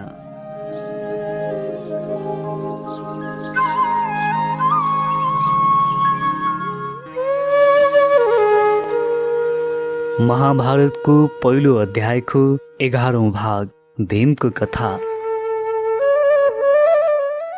पाण्डुका 5 जना छोराहरू र धृतराष्ट्रका 100 जना छोराहरू हस्तिनापुरमा रसरङ्गमै हुर्के। शारीरिक बलमा भीम सबभन्दा बलिया थिए। त्यसैले दुर्योधन र अरू कौरवहरूलाई कपाल समाते थेच्चाएर पिटेर शासना गर्दथे। उनी महान पौडीवाज पनि थिए। एकजना वा धेरैजनालाई उम्कन नपाउने गरी हातमा च्यापी सबैजना नडुबेसम्म पानीभित्रै रहिरहन्थे। तिनीहरू रुखमा चढेको जुनसुकै बेला पनि उनी तलै बसेर रुखमा लातले हिर्काएर पाकेको फलहरू झारे जस्तै झारिदिन्थे। भीमको स्वाभाविक ठट्टाले धृतराष्ट्रका छोराहरूको शरीरमा नीलडामको छाप लाग्थ्यो। बालककालदेखि नै भीमसित धृतराष्ट्रका छोराहरूको गहिरो दुश्मनी बढ्दै जानु कुनै ठुलो कुरा थिएन। राजकुमारहरू ठुलो भएर आएपछि कृपाचार्यले धनुविद्या, शस्त्रविद्या र राजकुमारहरूले जान्नै पर्ने अरू विद्याहरू पनि सिकाए, पढाए। भीम उपरको ईर्ष्या दुर्योधनको मनमा खेलिरहन्थ्यो। त्यसैले भीमलाई उनले अनेकौं अनुचित कार्य गराउन लगाउँथे। आफ्नो बाबु अन्ध भएको कारण पाण्डुले राज्य चलाएकोले र पाण्डु मरेपछि उत्तराधिकारी भएका युधिष्ठिर समय अनुकूल राजा हुने कुराले दुर्योधनलाई धेरै पीर परेको थियो। युधिष्ठिरको गद्दी आरोहणलाई रोक्न भीमलाई मार्नै पर्छ भन्ने विचार उनको मनमा आयो। षड्यन्त्र रच्न थाले। भीमको मृत्युको साथसाथै पाण्डवहरूको शक्ति घट्नेछ भन्ने उनको विचार भएर आफ्नो निर्णयलाई कार्यान्वयन गर्ने प्रबन्धतिर लागे। दुर्योधन र उनका भाइहरूले भीमलाई गङ्गाजीमा फाल्ने, युधिष्ठिर र अर्जुनलाई कैद गर्ने अनि राज्य अधीनमा लिएर राजकाज चलाउने परियोजना गरे। यही भावनाले आफ्ना भाइहरू र पाण्डवहरूलाई साथमा लिएर पौडी खेल्न गङ्गाजीमा गए। पौडी खेल्न पुगेपछि थाकेर तिनीहरू पालमा सुतेर निधाए। अरूलाई भन्दा भीमलाई धेरै परिश्रम परेको र विषाले उनलाई खाना खुवाएकोले बेहोस भई नदीको किनारमा गई सुतेका थिए। उनलाई लहराले बाँधी नदीमा दुर्योधनले खसालिदिए। भीम खसेर सुलीमा परेर मर्नेछन् भनेर दुर्योधनले अघिबाटै त्यस ठाउँमा तिखा तिखा सुलीहरू गाडेर राखेका थिए। भाग्यले भीम खसेको ठाउँमा सुली थिएन। पानीमा बस्ने विषालु सर्पहरूले उनलाई डसे। सर्पको विषले भीमले खाएको वस्तुसँग प्रतिक्रिया गरियो र भीमलाई केही पनि भएन र तुरुन्तै भीमलाई नदीले किनारमा बगाई ल्याए। भीम नदीमा फालिए।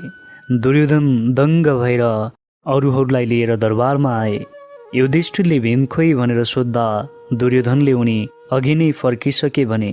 दुर्योधनको कुरालाई पत्याएर घरमा पुग्न साथ भीम फर्किसक्यो भने आमासँग युधिष्ठिरले सोधे। फर्कि नसकेको थाहा पाएपछि भाइहरूसँगै भीमलाई खोज्न युधिष्ठिर निस्किए। तर भीमलाई कहीँ कतै पनि भेट्टाएनन् र उनी निराश भएर फर्किए। केही समय बितेपछि भीम बिउजे र सुस्तरी घर फर्केर आए। कुन्ती र युधिष्ठिरले उनलाई स्वागत गरे। धेरै खुसी भई उनलाई अङ्कमाल गरे। उनका शरीरमा पसेका विषले गर्दा भीम अघिभन्दा धेरै बलिया भएका थिए। कुन्तीले विदुरलाई बोलाए र सो कुरा गोप्य गरी सुनाए। दुर्योधन दुष्ट र निर्दयी छ। राज्य गर्ने उनको चाहना भएकोले उसले भीमलाई मार्न खोजेको छ। मलाई पीड परेको छ। विदुरले जवाब दिए, तपाईँले भन्नुभएको साँचो हो, तर यो कुरा आफैमा राख्नुहोला, किनभने यदि हामीले दुर्योधनलाई दोषारोपण गर्यौँ भने उसमा रिस र वैमनस्यता अझै बढ्नेछ। आशीर्वादले तपाईँका छोराहरूको आयु धेरै लामो छ, पीड नलिनुहोस्। यो दृष्टिले पनि भीमलाई जनाउ दिएर भने, त्यस कुरामा चुप लाग। अब उपरान्त हामीहरू होसियार भएर एक आपसमा सहयोगी गरी बस्नुपर्छ। भीम जिउँदै फर्केर आएको देखेर दुर्योधनलाई अचम्म लाग्यो। उसमा ईर्ष्या र वैमनस्यता झन् बढ्यो। दुखित भएर उसले गहिरो सुस्केर हाल्यो। यसरी भीमको कथा यहीँ सकिएको छ।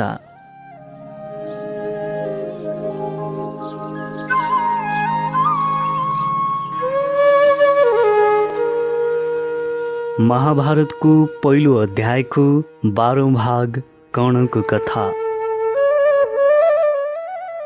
पाण्डवहरू र कौरवहरूले शस्त्र चलाउने विद्या पहिले कृपाचार्य र पछि द्रोणाचार्यबाट सिकेका थिए। राजपरिवारका सामु शस्त्र चलाउने परीक्षा र तिनीहरूले आफ्नो सिप प्रदर्शन गर्ने दिन तोकियो। त्यो तमासा हेर्न सब साधारण जनतालाई पनि बोलाइएको हुनाले जोसिलो तरिकाले उत्सुक भएको ठुलो भिड जम्मा भएको थियो। अर्जुनले अपूर्व सिप देखाएर भिडले ठुलो प्रशंसा गरे। डहा र वैमनस्यताले दुर्योधनको अनुहार अँध्यारो भएको थियो। दिन बित्न लागेको थियो। प्रदर्शनी स्थलको द्वारबाट अचानक मेघ गर्जेको जस्तो ठुलो आवाज आयो। त्यो आवाज शक्तिशाली शस्त्रको चुनौतीको थियो। सबैको दृष्टि त्यसमै पर्यो। भिडले डराएर चुपचाप बाटो छोडिदिए। भिडबाट तेजवन्ती शक्तिशाली देवता समानका नवयुवक भित्र पसे। उनले गौरवपूर्वक चारैतिर हेरे। द्रोणाचार्य र कृपाचार्यलाई प्रणाम गरेर अर्जुनतिर लागे। ती नवयुवक पनि आफ्नै रगतको भएको भन्ने बारे महसुस गरे। ती नवयुवकको बारेमा अनभिज्ञ सबै दाजुभाइहरू अलमलमा परे। उनी कर्ण थिए। कर्णले अर्जुनतिर हेरेर मेघ गर्जेको जस्तो आवाजमा भने, तिमीले देखाएको भन्दा राम्रो सिप त म देखाउन सक्छु। द्रोणाचार्यको आज्ञाले युद्धप्रेमी कर्णले तत्कालै सजिलैसँग अर्जुनले देखाएको सबै सिपहरू देखाइदिए। दुर्योधनको हर्ष बढ्यो। उनले कर्णलाई अङ्कमाल गरेर भने, महान भाग्यले हामी कहाँ पठाइएका तिमी शस्त्रधारीलाई स्वागत छ। यो कुरु राज्य तिम्रो अधीनमा भयो। कर्णले भने, म कर्ण हुँ। हे राजन, तपाईँप्रति म कृतज्ञ छु। मैले चाहेको तपाईँको प्रेम र अर्जुन पार्थसँग एकला एक द्वन्द्व मात्र हो। दुर्योधनले फेरि कर्णलाई चापेर छातीमा लगाएर भने, मेरो वैभवता सबैको मजा लिन तिमीले पाउनेछौ। दुर्योधनको अन्तस्करणमा प्रेमको भल बगेको थियो। अनादर भएका अर्जुनको भने रिसको ज्वाला फुटेको थियो। कौरवहरूको सम्मान पाएर गौरवपूर्ण पर्वतका शिखर झैँ उभिएका कर्णलाई डरलाग्दो दृष्टिले हेरेर अर्जुनले भने, ओ कर्ण, यदि मैले तिमीलाई मारे भने तिमी नबोलाइकन आएका र बिना आज्ञा बकवास गर्नेहरू सिधै नर्कमा जानुपर्नेछ। कर्णले खिसी गरेर भने, ओ अर्जुन, यो अखडा तिमी एक्लैको लागि होइन, सबैको लागि खुल्ला छ। देशको सुरक्षाले शक्तिको माग गर्दछ र कानुन पनि यसैमा भर पर्ने गर्दछ। कुरा मात्र गर्नु के काम? कुरा भनेको निर्धाको हतियार हो। कुरा गर्नुको सट्टा बाण हान। यसरी हाँक दिएकोले हत्तपत्त द्रोणको आज्ञा लिएर अर्जुनले आफ्ना दाजुभाइहरूलाई अङ्कमाल गरेर लड्न तयार भए। कर्ण पनि कुरु भाइहरूको आज्ञा लिए हातमा शस्त्र लिएर भिड्न तयार भए। त्यस वीरहरूका बाबु भएका देवताहरू मानौ आफ्ना छोराहरूको साहस बढाउन र त्यस भयङ्कर युद्ध हेर्न खोजे जस्तै गरेर मेघराज इन्द्र र बृहत्तर प्रकाश फैलाएका सूर्य देवता भास्कर आकाशमा एकै समयमा प्रकट भए। कुन्तीले कर्णलाई कवच र कुण्डलीहरू सहित देखे। सबभन्दा पहिले जन्मेका छोरा भनी चिनेर उनी मूर्छा परिन्। तिनलाई हेरचाह गर्न विदुरले नौकर्नीलाई हराए र मूर्छाबाट ब्युजिन्। अब के गर्ने भनी पीर लिएर उनी त्यसै बसिन्। द्वन्द्व युद्धको नियमहरू जानेका कृपाचार्य तिनीहरूको वेशमा गएर कर्णलाई बोलाएर भने, तिमीसँग लड्न तयार भएका राजकुमार पाण्डुका छोरा हुन्। तिम्रो बारे बताऊ, परिचय देऊ। तिम्रो वंश थाहा भएपछि मात्र पार्थले तिमीसँग युद्ध गर्न सक्नेछन्, किनभने ठुला कुलमा जन्मेका राजकुमारले जो पायो त्योसँग लडाईँको लागि शरीक हुन मिल्दैन। यो कुरा सुनेपछि कर्णले शिर नेउराए। अघि सरेर दुर्योधनले भने कर्ण राजकुमार नभएको कारणले मात्र युद्ध गर्न नपाइने भए त्यो त सजिलैसँग समाधान भइहाल्छ। मैले कर्णलाई अङ्गको राजाको अभिषेक दिन्छु अनि उनले भीष्म र धृतराष्ट्रको सहमति लिए गर्नुपर्ने सबै विधि पुर्याएर राजमुकुट ज्वारातहरू र राजकीय चिन्हहरू दिए। कर्णलाई अङ्गराज्यको बादशाह पद दिए। युद्ध सुरु हुन लागेकै बेला कर्णका धर्मबाबु सारथी अधिरथ हातमा लौरो लिएर डरले कामेर त्यस जमघटमा आइपुगे। भर्खरै अङ्गका राजाको अभिषेक पाएका कर्णले उनलाई देख्ने बित्तिकै शिर नेउराएर वात्सल्य आदर्शले विनम्र प्रणाम गरे। त्यस वृद्धले कामेर छोरा भनी बोलाएर कर्णलाई अङ्कमाल गरे। अभिषेकको जलले भिजेका कर्णको टाउकोमा आँसु बगाएर हर्षले रोए। सो दृश्य देखेर भीम सिंहनाद गरेर हाँसे र भने, ओ उनी त वास्तवमा सारथीका छोरा पो रहेछन्। पुर्खालाई सुहाउने गरी रथ हाँक्ने कोर्रा उठाऊ। तिमी अर्जुनका हातबाट मर्न योग्य छैनौ, न राजा बनेर अङ्ग राज्यको राज गर्न सुहाउँछौ। यो रिस उठ्ने कुराहरू सुनेर पनि कर्णले केही नबोली अस्ताउन लागेको सूर्यतिर हेरे। तर दुर्योधनले झोकिएर भने, वीरता भनेको क्षत्रियतालाई चिन्ने कसी हो। महान वीर र महान नदीको मुहान थाहा पाउने कुनै निशाना हुँदैन र खोज्नु पनि व्यर्थको कुरा हो। साना भएर जन्मेका तर पछि ठुला मानिस भएकाहरूको धेरै उदाहरणहरू दिन सकिन्छ। तिम्रै जन्मको बारे पनि धेरै प्रश्नहरू उठाउन सक्ने बारे मलाई थाहा छ। हे दुर्योधन, किन प्रश्न नउठाएको? यति बेला कुन्ती, भीष्म, विदुर, कृष्ण, द्रोण र कृपाचार्यलाई यथार्थ बोक्न लगाएको भए कसैले चुनौती दिन सक्ने गरी सदाका लागि तिम्रो विजय हुने थियो। कवच र कुण्डलीहरू भएका देवता समानका स्वरूप भएका यस वीर र उनका शस्त्रलाई हेरे। उनको बारेमा जरुर रहस्यमय केही कुरा छ। मृगबाट बाघ भएर कसरी जन्मन सक्छ? तिमीले अङ्गको राज्य चलाउन अयोग्य भन्यौ। मैले त उनलाई विश्वको शासन चलाउन सक्ने ठहर्याएको छु।